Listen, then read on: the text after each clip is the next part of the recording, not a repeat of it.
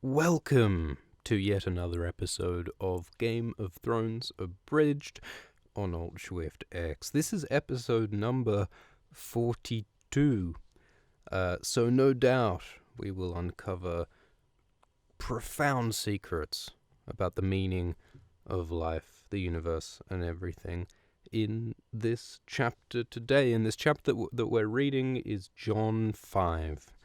John 5, A Game of Thrones, and it begins with some inspiring words from everyone's favourite character, Alliser Thorne. Alliser Thorne says that you are all a bunch of hopeless, bloody louts. You couldn't screw a light bulb if you were a light bulb screwer professional. That's how bloody useless you recruits are. So Alliser Thorne is berating the recruits of the Night's Watch. She's making fun of all these people for being incompetent, which is kind of ironic given that it's Alliser Thorne's whole job to train these guys to be competent. And so by saying that you bunch of shit, you ain't shit, you can't, you're useless, he's only criticizing his own ability to train recruits, right? So yeah, but we already know he's a prick, so whatever. Alliser Thorne is not great, and he says that, alright, you're all bloody useless, but we've got some new recruits coming up soon, so I've got to make room, so I'm going to send 8 of you up to be real Night's Watchmen, because all these people, this group that Jon Snow's a part of is a group of recruits. They're not fully fledged men of the Watch just yet. They're in a sort of training probationary period. They're on their L plates, their learner license at the moment. They've still got their training wheels on their little Night's Watch bicycles, the little black bicycles with the tassels on the handlebars, with training wheels. That's what Jon Snow and all his little mates are riding at the moment. But Alice is like, all right, it's time for you to get on the fully fledged Harley Davidson motorcycle of full Night's Watch Brotherhood.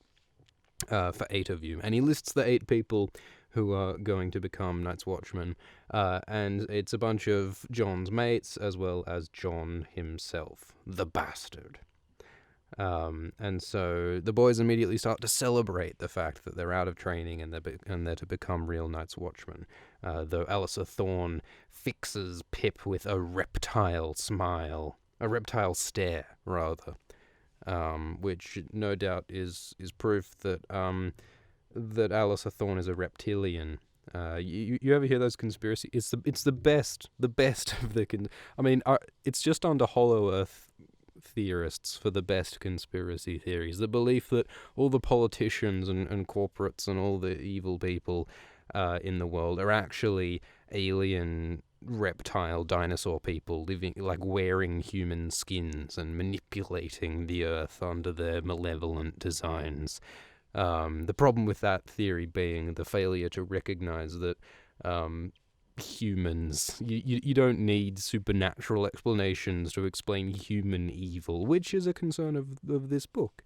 This book is about, in many ways, the nature of human evil and the human failure to be good, and the sad truth is that humans don't need to be secretly evil reptiles wearing human skin to fail to be good. That's down to our own weak monkey selves. See, we're doling out the fucking hot truths already. Look at this. Episode 42 indeed. Page 2. So Alliser Thorne's like, yeah, you fucking cheer now, but you know what? You guys are all just kids. You just are boys, you useless little boyos, and when the winter comes, you will drop like flies. You will die. And with those inspiring, this is like a college commencement speech or graduation speech or whatever. This is like when they trot out like an ex-president to say, and you'll all be astronauts, and you'll believe in yourselves, and you'll build a statue of me on the moon. And that's my encouraging, except Alliser Thorne's encouraging words are to say, you're all useless cunts, and you'll die. I'm Alliser Thorne. You're all fact, is what Alliser Thorne says. So not the most inspiring words. But nonetheless, the boys are like, yep, this is great, we're done with training, let's have a fucking drink, mate. And so they immediately descend into sort of, they're like play fighting and throwing snowballs at each other and fucking frolicking all over the place, which is nice, but it also actually kind of goes back and proves Alice's point. These guys are boys, really. I mean, they're barely pubescent, most of them, and they are behaving like children. And of course, Alice also is quite correct when he says that when the winter comes, you'll die like flies, because they bloody do. The Night's Watch loses so many people when the winter comes around. So Alistair Thorne may be a cunt, but he's not wrong. If only cunts were reliably wrong, we'd live in a better world. But the cunts, sadly, are often not wrong. And so everyone's frolicking about like a bunch of happy little goats let out to pasture. Have you ever seen that when they let the farm animals out for pasture out after they've been like in the shed all winter? Like they frolic like sheep, and guinea pigs can do it too. They fucking kick their heels up and have a little yippee. You know, if you the greatest avatar, like if you ever want to be convinced to become a vegetarian, don't look at the animal cruelty videos. Look at the videos of animals being happy. Have you ever seen an elephant wave? I saw a gif of an elephant that was like waving a ribbon around, and he was having the best fucking time, man. He was having the time of his goddamn life. And after I saw that, I decided never to eat elephant again. So I'm an ethical person, moral high ground. Everyone's having a good time, but then John looks out and he sees that Sam is standing on his own under a dead tree. Oh, Samuel Tarly. He's like sadness inside me, Inside Out. What was that Pixar movie? He's just like, whenever Sam comes on screen, it plays the French horn, the Samuel Tarly. Oh, sad and lonely Sam Tarly. So John comes up and he's like, Sam, what the fuck's wrong? You're looking all glum. Why so long, horseface? What's wrong, sweet cheeks? What's your problem? And then Sam's like, oh, I'm fine. Oh, I'm very well, the fat boy lied. So he's very sad. And the reason why he's sad is that all of John and his mates are leaving the recruitment pool, but Sam has not been promoted. Sam is staying behind, which he's sad about, because John has of course been like protecting him from Alistair Thorne in a lot of ways. So Sam is left in a bad position here. But Sam's like, oh no, but it's okay, I'll be fine. And he also says like, oh, like John, like you'll I'm not gonna do that voice because this will take way too. Oh, it takes way too long. But Sam's like, oh. John, you're gonna do fine. You'll be great. You'll be first ranger, just like your Uncle Benjamin was. And then John's like, was? Because John is convinced that Benjamin Stark is still alive, but he's been gone for like a lot of chapters now. And he continues to be gone for several more books. But John believes that Uncle Ben is still alive. When rule one of Spider-Man is that Uncle Ben is dead. But anyway, but they're having this sort of conversation, and then the boys start frolicking all over them again, and everyone's having a good time. And then that night they have a tasty meal cooked by Three Finger Hob, the cook. He's only got 3 fingers. Do you think he might have accidentally chopped off 2 of his fingers, like with a kitchen knife? That must happen. Like don't tell me that. You know, sometimes people don't open up a nice soup and find the chef's finger in it. Like that, like, I heard that they did a study. You know how they can do those genetic studies on food products bought from supermarkets and stuff, and they can go, salmon, this is actually 80% tuna. I bet if you did, like, a genetic test of, like, chef-made, casserole, you'd find it's, like, 2% finger. The statistics are very alarming. It's actually endemic. Fingers are just being lopped off left, right, and center in kitchens all across the continent. It's a disaster. Although on the upside, fingers are highly nutritionally dense. So you are what you eat, and that's why Littlefinger is theory confirmed. Littlefinger is called Littlefinger because he ate Three-Finger Hobbs' Littlefinger. I'm glad we've sorted that out. Then we get the inevitable food description. There's garlic and herbs and butter and spinach and blueberries, and they're having a really special, nice meal because to celebrate the boys being promoted. And it's mentioned that this is like a special occasion for them to get this nice, tasty, good food, because normally this is the food that the Lord Commander Mormont would get, which is interesting because it reveals that, even within the Night's Watch, which is supposedly like, ooh, it's a brother equality, we cast aside our old positions and status. There's still a class system within the Night's Watch. The blokes at the top get the fucking blueberries while everyone else has the 3-week-old pork sort of situation, So even in the most equal parts of Westeros, there's still a lot of inequality. Hashtag feudalism. So there's some banter.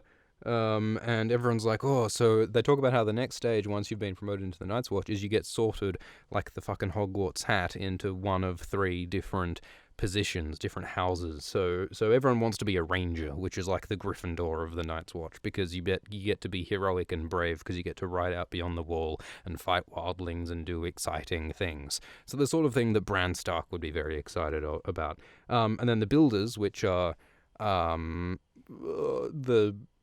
Shit, are they? I suppose they're the Hufflepuff.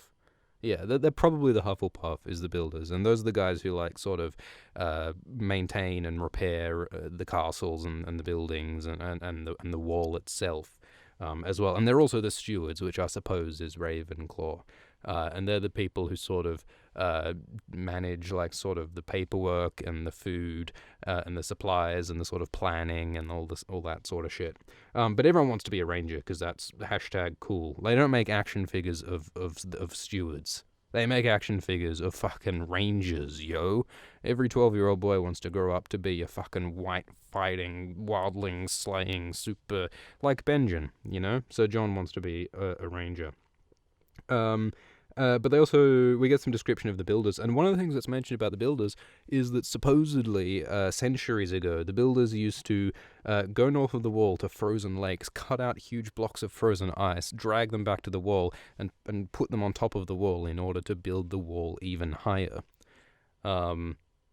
Which, again, I think should be met with skepticism, because honestly that's so much fucking labor. Just to raise the wall a bit higher, which confers, dubious strategic advantage. But whatever. The wall's mysterious. That's the point. And everyone's like, oh, but Jon Snow for sure, he's going to be a ranger because he's the best swordsman and the best rider among the pool of recruits. He'll probably be first ranger. And then Jon's like, oh, I won't be first ranger because Benjen is first ranger. So everyone else around him has accepted that Benjen is probably dead, but Jon has not yet. And he sort of plays with his blueberries, which sounds like a euphemism, but he's got a dessert of blueberries and he is morosely not eating it, like in all of the family sitcoms when the child character is upset. He's sort of playing with his food because he's sad. And the reason why he's sad is about Sam. So Pip's like, what's up, Jon? Why aren't you eating your fucking blueberries? And Jon's like, I can't eat my fucking blueberries because I'm sad about Sam. Jon's such a fucking hero. He's such a Gryffindor. Jon is a classic Gryffindor because he's always standing up for the Neville Longbottoms of the world. He is always protecting the innocent. It's just this instinct. Like when you hit someone's kneecap and their leg jerks up, when a hero sees a victimized innocent person, they just rescue them. It's an instinct. It's a reflex. It's in their nature. But he talks about the Sam problem, how Sam is basically fucked when Jon and the other recruits leave because they won't be there to protect him anymore. And then Sam thinks some more about leaving Winterfell. He's having a real sort of brood session in this chapter, because Jon thinks about leaving Winterfell and how he misses Bran and Robb and Arya. But yeah, then they're talking about Sam again, and they're like, "Oh, Sam's really fucked." But Pip's like, "Look, you did everything you could to protect Sam. So you did what you could." And then Jon's like, "Well, all we could wasn't enough," which is such a fucking Starkian thing to say. Like that's such a Ned Stark thing. The Starks are always bloody doing everything they can to do what's right, but it's never bloody enough because winter is always coming and doom is always coming, and the Starks always get their head chopped off in the end. That seems the way of the Stark.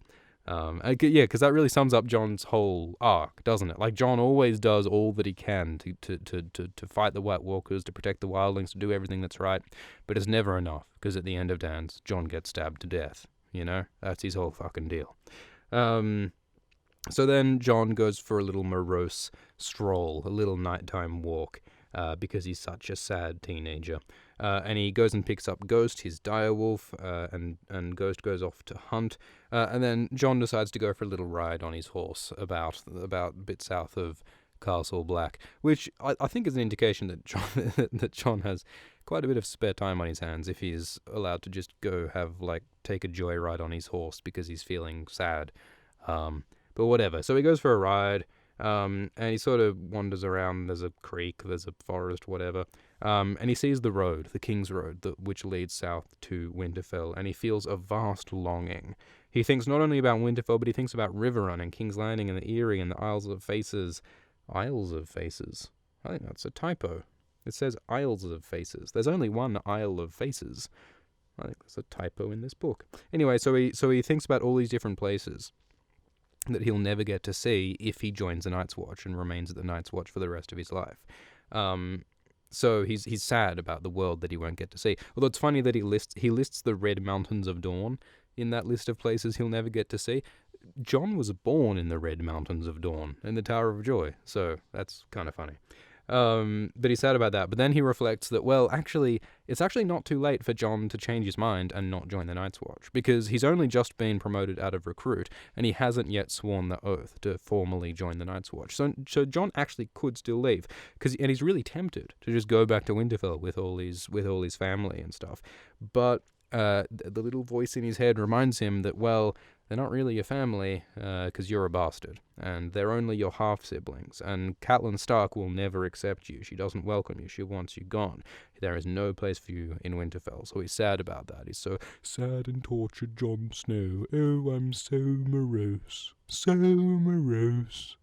The black suits him. Jon is an emo in black. And he thinks about his real mother, and he's like, well, what is the deal with my mother? We sort of brood on the mystery of Jon Snow's mother again. And he thinks, wow, like, what sort of woman was my mother? And why did my father Ned leave her? And you know, it must have been something dishonorable. It must have been something dark, something bad and gross must have happened with my mother. I must have been, like, you know, conceived on the back of a horse during some kind of jelly festival in the Reach. At some point, that's how these things usually happen. Some shameful thing happened to cause my birth. So Jon thinks these things, having no idea that he is in fact the son of Lyanna Stark, and that Ned did everything in his power to protect her, and it was a very noble series of events in many ways that led to his birth. But we will find more about that later. So Jon's like, all right, so look, I'd love to go back to Winterfell, but I feel like I have no place there, so I guess I'll just join the Night's Watch. And so it reads, he turns his horse around, and he starts for home. And what that means is that he has decided that his home is Castle Black with the Night's Watch. This is the moment in Jon's head where he decides to join the Night's Watch. But while he rides back, he also has a thought. He decides that he knows how to address the problem of Sam, because he wants to protect Sam. So he decides to go not straight back to bed, but he actually goes to the apartment. The apartment is a funny word, but he goes to, like, the home of Maester Aemon at the Night's Watch. And he decides to pay Aemon a visit to talk about Sam. So we get a bit of description of how, you know, Aemon is this blind old maester guy, and he's looked after by these two blokes, Clydas and Chet. And the joke going around the Night's Watch is that they got two of the ugliest people in the Night's Watch to serve the blind man, which is, you know, appropriate because it means no one has to look at their faces. So yeah, Clydas is like this short, sort of ugly guy with little pink eyes, and Chet is this sort of angry-looking bloke with lots of boils and pimples. And so Jon walks in, he's like, yo, I want to talk to the Maester. And Chet's like, what the fuck, it's the middle of the night, he's an old man, I'm angry, I'm ugly, I'm up in your grill, fucking get out of here, Jon. And Jon's like, no, I'm a hero, and I'm on important hero business, and I need to speak to the Maester at once. And Chet's like, what are you So John's very much got the sort of confidence of someone who was brought up as, a bastard, but still like part of the nobility at Winterfell. Whereas he's hanging out with all these people at the Night's Watch, a lot of whom were like peasants and shit. So John has a lot of confidence about, telling people what to do and standing up for what's right, which works to his advantage throughout his arc. But he's basically like, yeah, look, I need to talk to Aemon, so fuck off, Chet. So Chet's like, fine. And he lets him in to talk to Aemon. And so eventually Aemon gets let out to speak to John, and he's in his sort of night robe and his little nightcap, like little Scrooge boy. And he comes out, and he's also wearing his maester's chain, because a maester does not even remove their chain even to sleep, which would be really uncomfortable. But anyway, and John's like, oh, I'm sorry to wake you up at this hour. And Aemon's like, nah, it's fine. Like, as I grow older, I find I need less sleep, and I am at this point very bloody old. And anyway, so I find myself spending a lot of time just lying in bed, remembering the ghosts of the past. He is like Scrooge. He's being visited by the ghosts of Christmas past. So Aemon is very old, and he spends a lot of time thinking about his past. Because of course Aemon has all sorts of interesting things happening in his history with family and people who he loved, and the deaths of the Targaryens and all that stuff. And so Aemon's like, that being said, why the fuck are you dragging me out of my comfy little bed to talk to me in the middle of the night? And John is like, well, I want to talk about Sam Tarly and his training. And Aemon's like, what the fuck has that got to do with me, mate? That's Alyssa Thorne's problem. And then John explains the whole thing to Aemon about how Sam, is this bookish boy, and he's fat and he's cowardly and he's fucking useless at fighting, and he'll never get through the training program onto Alyssa Thorne, but that, he does have other skills in like reading and stuff. And I think that there might be sort of parallels here in Aemon, because Aemon himself, we're told, grew up as a son of the Targaryen nobility, and he was named after Aemon the Dragon Knight, one of the most famous and greatest knights in Westeros. But Aemon himself, as a boy, was not good at swords. He was bookish, just like Samwell, and that's why he ended up joining the Maesters, instead of, becoming a king, as he would have if he didn't become a Maester. So Aemon and Sam might have been very, very similar as young people, and so it might be that Aemon sympathizes with Sam's plight. So anyway, so he explains the whole thing.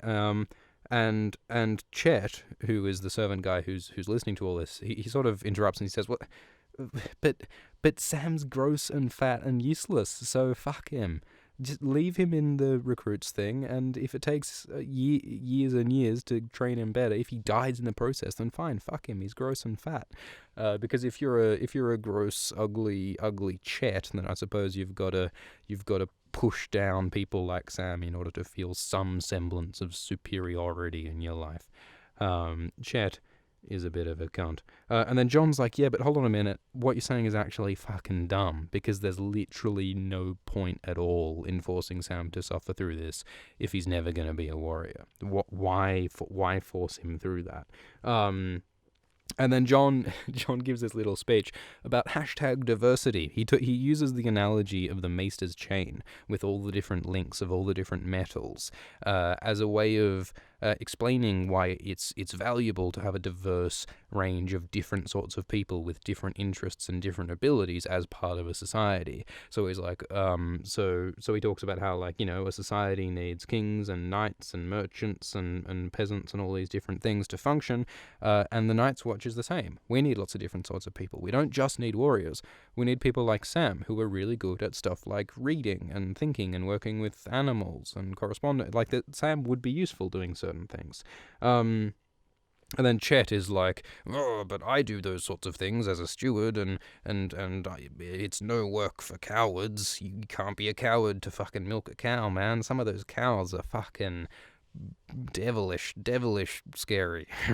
And John's like, yeah, but Chet, you're still being a stupid cunt, and the obvious thing we should do is just let Sam be a servant to Maester Aemon, to help him with the reading and stuff, and not force him to go through the whole training process under Alistair Thorne, which would probably kill him.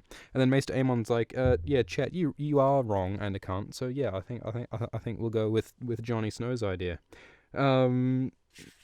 So that's basically how it ends. And that chapter's very informative about John's character. That's not a lot of action in that chapter, but it does say a lot about John's journey. So what we learn from that is that John is really good at seeing the value in people. He's good at sympathizing with people, even who are very different to him. And he's really good at seeing their strengths and using their strengths. He's pragmatic as well. He is like a hero who wants to go and rescue all the princesses, fat boys included. But he's also pragmatic, and he wants to do what makes sense. He doesn't want to beat up the fat kid for no reason. He wants to use him in a way that will benefit the watch. So John is a pragmatist. And we also have this whole thing of John deciding that, yep, Winterfell's not my home, the Night's Watch is my home. That's my destiny now. And that's something he sticks with for the next 5 books. Well, at least until near the end of the 5th book, when he decides to ride for Winterfell. But that is a few episodes away yet. That was episode 42 of the Alt Swift X Game of Thrones Abridged series, and maybe we'll get to book 5 one day eventually, who knows. But thank you for listening, and I hope you enjoyed, and I hope you enjoy the days to come. Cheers.